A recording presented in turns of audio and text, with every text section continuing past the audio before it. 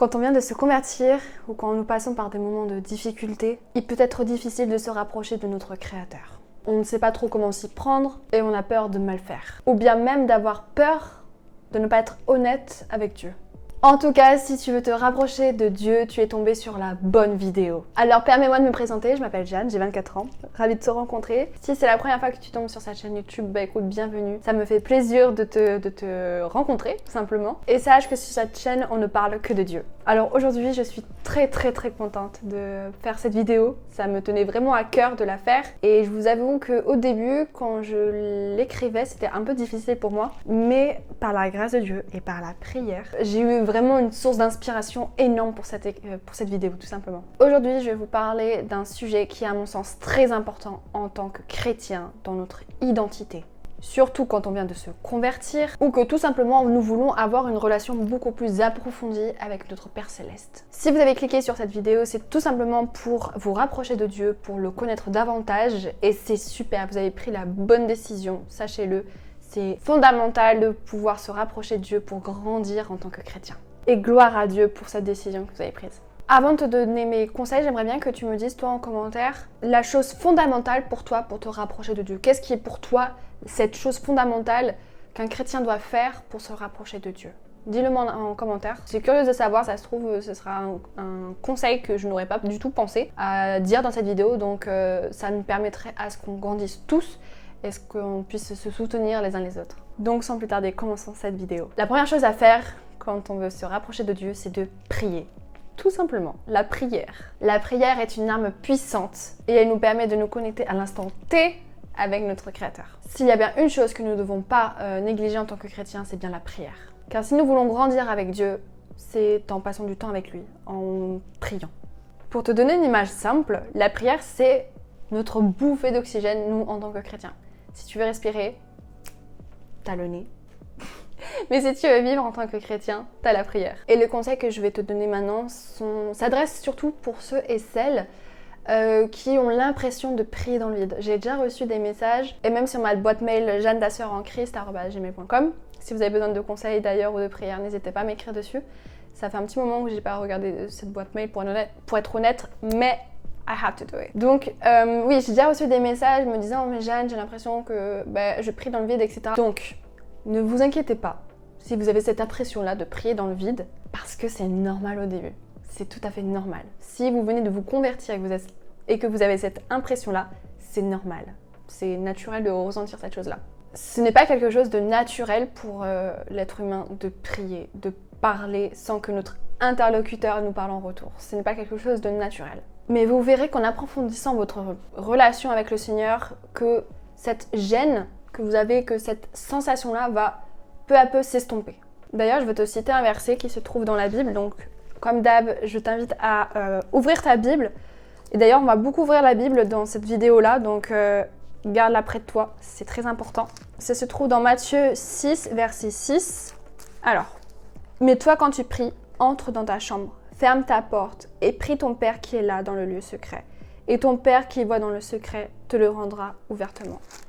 Juste pour vous prévenir, moi, ma Bible, c'est une Second 21 et pour ceux et celles qui veulent savoir d'où elle vient ma Bible, c'est un cadeau que j'ai eu de la part de ma mère pour mon baptême. Oui, c'est ça, parce que ça fait bientôt... je me suis baptisée en juin 2016, donc ça fait un petit moment déjà maintenant, mais je pense que vous pouvez la trouver sur Maison de la Bible. Voilà, donc c'est une Seconde 21 si vous voulez avoir la référence. Si tu veux parler avec Dieu, c'est par la prière. Je te conseille de fermer les yeux quand tu pries. Comme ça, tu fermes les yeux et tu proclames ta prière. Quand tu es seul, par exemple, je ne te recommande pas personnellement de prier dans ta tête.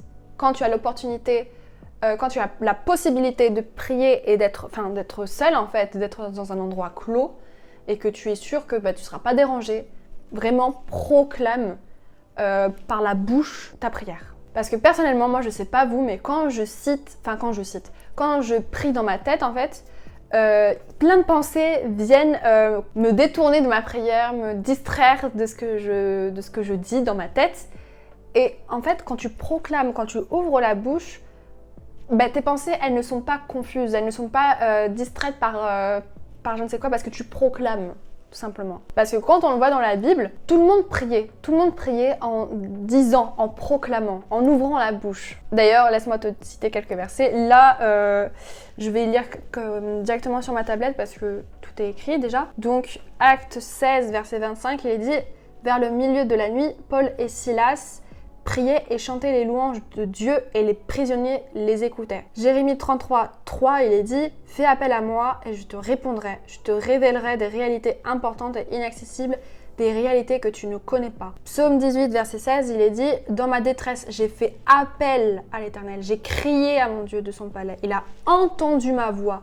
Mon cri est parvenu à ses oreilles. » Et Psaume 66, verset 17, il est dit « J'ai crié à lui de ma bouche et ma langue a célébré sa louange. » Bien sûr, je pourrais vous citer beaucoup d'autres versets, mais ce serait beaucoup trop long. Et je pense que vous avez compris où je voulais en venir. Donc voilà, pour moi, il est important de proclamer ta prière pour ne pas te perdre dans tes pensées lorsque tu pries dans ta tête. Mais bien sûr, je sais que parfois, nous n'avons pas la chance de pouvoir être seuls, d'être seul dans notre Créateur, que nous sommes dans un milieu, je ne sais pas, avec des personnes aux alentours, etc. Bien sûr, là, ça va être plus facile pour toi de prier dans ta tête. D'ailleurs, je voulais ajouter 2 autres choses avant de passer au deuxième point. C'est qu'il n'y a pas d'heure fixe pour prier. Tu peux prier n'importe quand, à n'importe quelle heure, n'importe quel moment de ta journée, il n'y a pas de souci. Moi, je sais que je suis le genre de personne à avoir le besoin de prier très spontanément. Petite anecdote, on était en train de ranger le linge avec Anthony, parce que je regarde là parce que en fait c'est là les étagères juste ici, et au bout d'un moment on rangeait le linge avec Anthony et j'avais vraiment ce besoin de prier, donc j'ai dit Anthony, là il faut que je prie, donc il s'est arrêté et j'ai commencé à prier, etc. Et Anthony me regardait en mode mais pourquoi spontanément comme ça t'avais envie de prier? Et en fait parfois ça m'arrive il faut que je m'arrête et juste j'écoute le Saint-Esprit. Quand il me dit il faut que je prie, j'écoute le Saint-Esprit en fait, vous voyez. Donc voilà, ça peut arriver très spontanément que vous ayez envie de prier, c'est normal. C'est le Saint-Esprit en fait qui vous parle. Donc du coup voilà, donc c'est pour ça que je vous dis, il n'y a pas d'heure précise pour prier et pour parler avec le Seigneur. La deuxième chose que je voulais vous dire aussi, c'est qu'on peut parler de tout avec le Seigneur. On peut prier de tout parce que de toute façon, il connaît déjà notre cœur. Il connaît déjà nos pensées. Donc le fait qu'on puisse en plus proclamer les choses que l'on veut, en fait, il le sait déjà. Donc, on peut parler de tout avec le Seigneur. Même des choses qui vous semblent futiles. Parfois, vous vous dites, mais non, je vais pas prier pour ça et tout, ça sert à rien. Si, même les choses les plus minimes sont importantes aux yeux de Dieu. On a, nous, ce truc de toujours sous-estimer nos besoins, nos peines, etc. C'est un truc chez nous qu'on le fait, on sous-estime beaucoup. Mais non, ne sous-estimons pas nos souffrances, ne sous-estimons pas nos peines. Justement, disons au Seigneur, voilà, Seigneur, ça me tracasse, ça me stresse, ça me frustre, ça me met en colère. N'ayons pas peur de prier le Seigneur pour des choses qui vous semblent peut-être futiles, mais non, ce n'est pas futile aux yeux de Dieu. N'ayez pas peur de proclamer ces choses-là et de prier le Seigneur, de vous aider dans des situations qui vous semblent pas très importante. Si, ça l'est aux yeux de Dieu. Donc si, priez. Là, on dirait que je suis en colère, mais non. D'ailleurs, pour compléter ce que je dis, pour compléter mes propos, je voudrais te citer un verset qui se trouve dans le livre de Jérémie. Quand je vous dis qu'on prend la Bible ici, on prend la Bible. Alors attendez, je me perds toujours, Jérémie. Where are you? Donc moi, c'est dans Jérémie 33. Que je vous ai déjà lu tout à l'heure, mais on va le relire ensemble. Donc Jérémie 33, verset 3. Et là, écoutez bien, ce verset est super important. « Fais appel à moi et je te répondrai. Je te révélerai des réalités importantes et inaccessibles, des réalités que tu ne connais pas. Fais appel à moi. » Il n'y a pas dit « fais appel à moi » sauf ton truc là qui te semble qui est inutile. Non.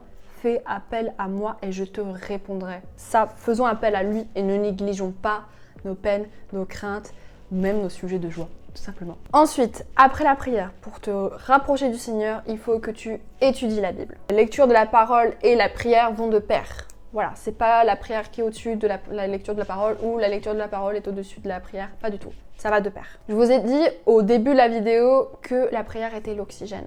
Eh bien, sachez que la lecture de la parole, c'est la nourriture spirituelle que nous avons en tant que chrétiens besoin dans notre vie de tous les jours. Et sachez que la nourriture spirituelle, qui est la Bible, est nécessaire pour un chrétien pour grandir spirituellement avec notre Créateur. La Bible est un guide et elle est la voie directe pour connaître le Seigneur. Oh oui. Si tu veux connaître Dieu, si tu veux connaître sa volonté pour ta vie, il suffit d'ouvrir la Bible et de lire. D'ailleurs, petit aparté, si nous appelons la Bible, si tu vois que souvent il y a des chrétiens que tu vois qui disent que la Bible c'est la parole, etc. Tout simplement parce que la parole c'est Jésus. Tout simplement, Jésus c'est la parole.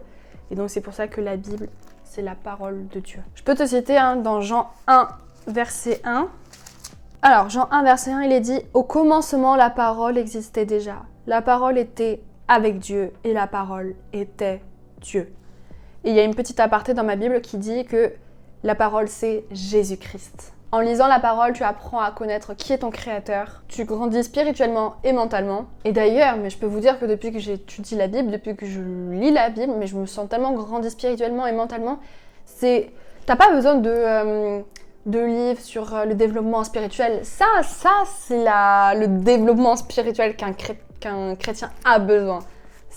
Tout est là-dedans, tout est là-dedans. Et d'ailleurs, c'est vraiment en apprenant la parole que je sais ma valeur. Je sais ce que je vaux et je sais que mon identité, c'est en Dieu. Je suis fille de Dieu, je suis son héritière et c'est uniquement en lisant la parole que ça, tu le comprends. C'est pour ça que je vous recommande vivement de lire la parole tous les jours, même un chapitre s'il le faut. On a 24 heures dans une journée, c'est impossible que tu puisses même pas lire un verset. C'est pas possible, je te crois pas. Tu as toujours un petit moment dans ta journée, quand tu manges, etc., de pouvoir lire un verset au moins. Je sais que parfois, certains d'entre nous avons des emplois du temps très chargés, je le sais. Non, on a toujours un moment dans notre journée où on peut lire la Bible. Et je vais te dire pourquoi. Fais ça pour le Seigneur. Parce que Jésus, il a quand même sacrifié sa vie sur la croix pour nous sauver de nos péchés. Donc on lui doit au moins bien de lire un verset. C'est vraiment le minimum. Comme je vous le disais avant, lire la parole est un guide pour notre vie. Elle nous aide à trouver des moyens pratiques d'appliquer ces enseignements dans nos vies quotidiennes. Appliquer ce que l'on lit pour pouvoir partager la parole à notre tour à ceux qui ne la connaissent pas. Et surtout faire des nations des disciples. Matthieu 28. Et d'ailleurs, concernant ce verset-là qui est très connu, nous sommes tous appelés à faire des nations des disciples. Il n'y a pas juste les pasteurs, les missionnaires, non. On est tous appelés à le faire. Ensuite, troisième point pour te rapprocher du Seigneur, c'est de faire preuve de compassion. Vivre selon les valeurs telles que la gratitude envers Dieu pour toutes les bénédictions qu'il nous donne, c'est nécessaire. C'est vital de toujours remercier le Seigneur, de toujours de reconnaître simplement ce que Jésus nous donne. D'ailleurs, dans la Bible, il y a plusieurs même versets qui nous disent d'être reconnaissant pour tout ce que l'on possède, pour tout ce que l'on a, et surtout qui nous parle de l'importance de la compassion. Mais qu'est-ce que ça veut dire ce mot ? Qu'est-ce que le mot de compassion veut dire ? Et je pense que pour bien comprendre ce qu'est ce terme-là, je pense qu'il est bien bon de citer quelques-uns de ses antonymes. Donc, le contraire de ce que ça veut dire. Donc, pour ces opposés du mot compassion, on trouve les mots suivants comme la cruauté, la dureté, l'indifférence ou encore l'insensibilité. D'ailleurs, encore une fois, je vais vous demander d'ouvrir votre Bible dans le livre d'Éphésiens qui nous parle de la compassion et que je pense qu'il illustre très bien ce sujet-là. Donc il se trouve dans Éphésiens 4, verset 32, donc le dernier verset du chapitre 4. Donc, soyez bons et pleins de compassion les uns envers les autres. Pardonnez-vous réciproquement comme Dieu nous a pardonné en Christ. Soyez bons et pleins de compassion les uns envers les autres. Et là, vous devez peut-être vous dire, mais comment je peux être compatissant envers mon prochain ?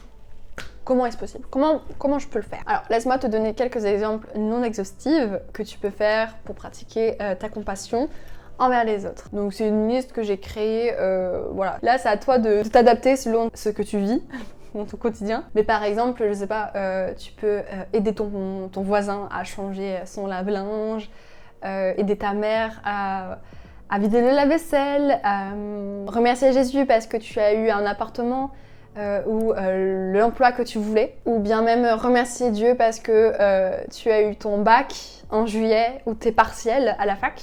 Et je t'encourage dès maintenant à t'y mettre. Quatrième point et avant-dernier, c'est être membre d'une église locale.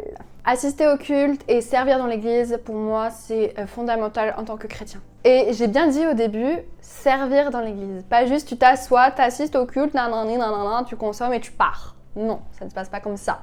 On a un rôle à jouer dans l'église. D'ailleurs, j'ai fait une vidéo sur comment trouver une église locale que je te mettrai en barre d'infos si ça t'intéresse. C'est pas quelque chose d'optionnel d'aller à l'église, c'est quelque chose de fondamental et d'important. D'ailleurs, je vais te l'expliquer pourquoi dans ce point-là. Mais en tout cas, si ça t'intéresse de savoir comment trouver une église locale, ça se trouve dans la barre d'infos. La vidéo est en ligne. Vraiment, j'ai pris conscience que c'est pas juste le pasteur qui fait le travail ou même le pianiste et c'est tout.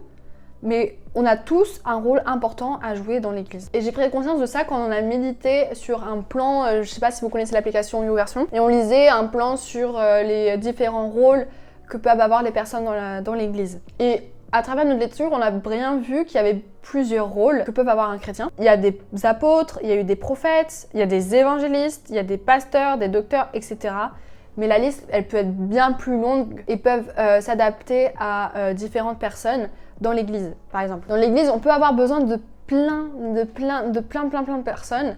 Comme, je sais pas, il peut avoir besoin de musiciens, d'un leader pour les chants, d'une personne à l'accueil, et l'accueil c'est super important, d'une personne qui s'occupe des enfants, ça aussi c'est très important, d'une personne qui s'occupe des enfants, d'une personne qui s'occupe de faire du ménage, plusieurs même personnes qui s'occupent du ménage, d'une personne qui s'occupe de la logistique, etc., etc., etc. On peut avoir une liste beaucoup plus longue. Toutes ces personnes-là sont importantes pour faire évoluer une église. Et en fait, il y aura toujours quelque chose à faire. On peut toujours trouver quelque chose à faire dans une église. Et d'ailleurs, le rôle que l'on a dans l'église puisse rendre gloire à Dieu. Et surtout, également à servir notre prochain. 5e point, qui est intéressant et qui permettrait à ce que tu puisses te rapprocher du Seigneur, c'est de faire tes propres recherches spirituelles en plus. Donc ce que tu peux faire, c'est de participer à des enseignements, à des conférences, à visionner des vidéos YouTube en plus sur la parole de Dieu. Par contre, attention, warning à ce que tu regardes, parce qu'on peut trouver de tout et de rien sur internet. D'ailleurs, j'ai fait une vidéo, pas vraiment à ce sujet, mais comme quoi être chrétien c'était une tendance sur les réseaux sociaux, et je fais une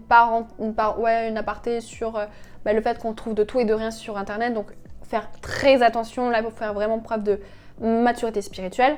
Tu peux assister à des groupes de femmes ou d'hommes selon ton sexe, assister au groupe de jeunes si tu as 18 ans, entre 12 et 18 ans, ça dépend des églises en fait. Donc tu peux faire plein de choses pour grandir en plus. Donc toutes ces choses que tu vas faire en plus va permettre à ce que tu puisses grandir encore plus avec le Seigneur, à développer ta foi et ta relation avec lui. Personnellement, moi ce que je fais, c'est que quand je lis un chapitre dans la Bible et que je comprends pas ce que je lis et que je suis bloquée en fait, je mets une vidéo YouTube qui va me permettre à avoir une meilleure compréhension de ce que je lis. D'ailleurs, c'est pas vraiment que je recommande cette chaîne YouTube, mais si tu parles l'anglais, enfin si tu comprends l'anglais plutôt, je te conseille la chaîne YouTube de Bible Bujo qui explique chapitre par chapitre des livres dans la Bible, etc. Et je trouve ça super. C'est tellement simple et c'est pas si long, donc c'est super si tu veux connaître la Bible en profondeur. Bien sûr, je crois, il me semble qu'elle n'a pas fait tous les chapitres de la Bible, c'est beaucoup trop long, je sais même pas combien il y a de chapitres en tout dans la Bible, mais elle a fait une bonne partie déjà.